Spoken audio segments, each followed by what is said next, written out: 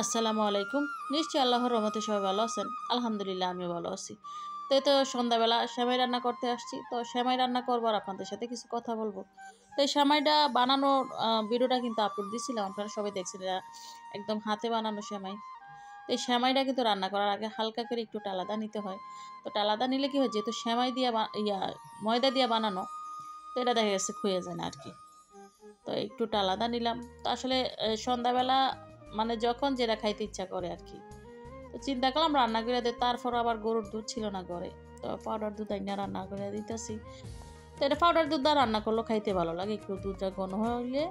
মানে আমি যদি গরুর দুধ দিয়েও রান্না করি, সাথে পাউডার দুধ কিন্তু অ্যাড করি যাতে একটু ঘন হয় আর কি।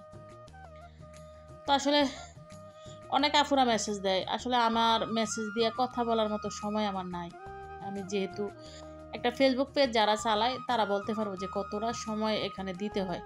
দেখা গেছে আর আমি যেহেতু আমার কাজগুলো আমি একাই করি, যে ভিডিও করা, এডিট করা, ভয়েস হইতে এবং পেজে সময় দেওয়া, সম্পূর্ণ কাজ কিন্তু আমি আমার এক হাতে করি। সবাই কিন্তু স্বামী স্ত্রী মিলা করে অথবা ছেলে মেয়ে নিয়ে করে সবাই, তবে আমারটা কিন্তু আমি একা করি। আমার মানে পেজের যত কাজ সবই আমি একা করি। তো আমার কিন্তু অতটা সময় হয় না কারোর সাথে মেসেজে কথা বলতে, বা তারপর টুকটাক রিপ্লাই দেই যতটুকু শর্টে দেওয়া যায় আর কি। আসলে অন্য লং টাইম কথা বলতে পারি না। তা ফেসবুকে যদি ধারণা চান যে কিভাবে কি করবেন, ইউটিউবে কিন্তু অনেক ভিডিও আছে, এবং পেজে যারা বড় বড় পেজের ওনার তাদের ভিডিওগুলো কিন্তু দেখলে বুঝতে পারবেন। আর কিছু পেজ আছে যে শুধু ফেসবুক পেজ সম্পর্কে ধারণা দেয়। তো তাদের ভিডিওগুলো যদি আপনারা একটু বেশি বেশি দেখেন, তাহলে কিন্তু মোটামুটি অনেকটা ধারণা পেয়ে যাবেন। আর সবচেয়ে বড় কথা হলো, যতক্ষণ পর্যন্ত আপনি নিজে হাতে কিছু না করবেন তখন কিন্তু হাতের কাজটা বুঝবেন না। আপনি ফেসবুক পেজ খোলেন, খুলে চালান, তো দেখবেন যে আস্তে আস্তে সব কিছু শিখা নিতেছে। আপনি যখন একটা পেজ চালাইবেন তখন কিন্তু আপনার প্র্যাকটিক্যালি শিখতে পারবেন। আসলে আরেকজনেরটা দেখা শুই না শিখা যায় না বা এসব করা যায় না।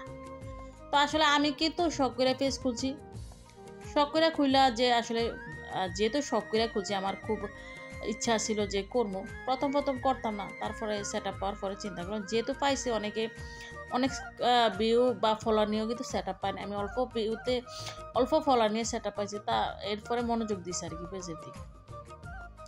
তো আপনারাও করবেন। আর একটা জিনিস, পেজ চালাইতে সবচেয়ে বড় বিষয় যেটা, সেটা হচ্ছে ধৈর্য।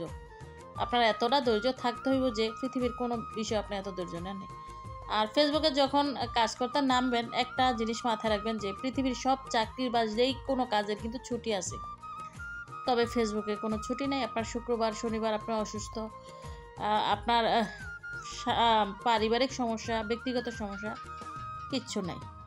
তো দেখেন আপনাদের সাথে কথা বলতে বলতে আমার কিন্তু রান্না করা শেষ।